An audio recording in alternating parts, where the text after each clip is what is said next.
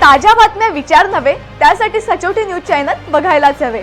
ज्ञान मनोरंजन संस्कार देणारे चॅनल सचोटीला सबस्क्राइब करा, बेल आयकॉनचे बटन दाबा, सोबत शेअर करायला विसरू नका।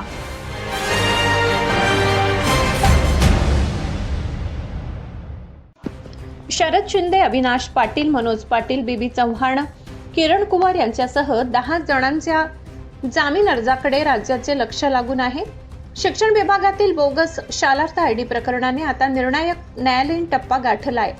या प्रकरणातील शरद शिंदे, अविनाश पाटील, मनोज रामकृष्ण पाटील, बीबी चव्हाण, किरण कुवर, मीनाक्षी गिरी, भास्कर महाजन, देविदास महाजन, नितीन बच्छाव आणि प्रवीण अहिरे यांच्या जामीन अर्जावर 29 ऑगस्ट रोजी मुंबई उच्च न्यायालयात सुनावणी होणार आहे। बोगस शालार्थ आयडी, कथित बनावट वैयक्तिक मान्यता आणि त्यातून शासनाच्या तिजोरीवर पडणारा आर्थिक भार या पार्श्वभूमीवर ही सुनावणी अत्यंत महत्त्वाची ठरणार आहे। या प्रकरणांची आर्थिक व्याप्ती कोट्यवधी रुपयांची असल्याचे तपासाच्या संदर्भात यापूर्वी समोर आले आहे। बोगस शालार्थ नेमका तयार झाला कसा, हा आता सर्वात मोठा प्रश्न आहे।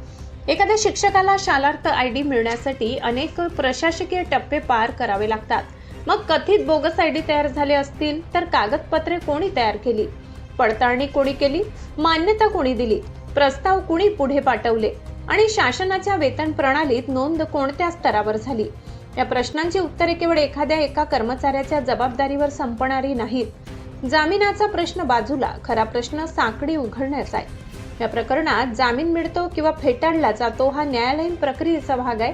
मात्र त्यापेक्षा मोठा प्रश्न म्हणजे बोगस शालार्थची संपूर्ण प्रशासकीय साखळी तपासाच्या कक्षेत येणार का? नाशिक न्यायालयात यापूर्वी अनेक संशयितांचे जामीन अर्ज फेटाळण्यात आले। त्यात शरद शिंदे, अविनाश पाटील, मनोज पाटील, किरण कुवर, प्रवीण अहिरे आणि मीनाक्षी गिरी यांच्यासह इतरांची नावे आहेत।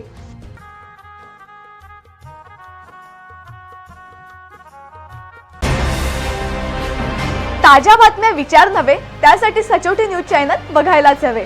ज्ञान मनोरंजन संस्कार देणारे चॅनल सचोटीला सबस्क्राइब करा, बेल आयकॉनचे बटन दाबा, सोबत शेअर करायला विसरू नका।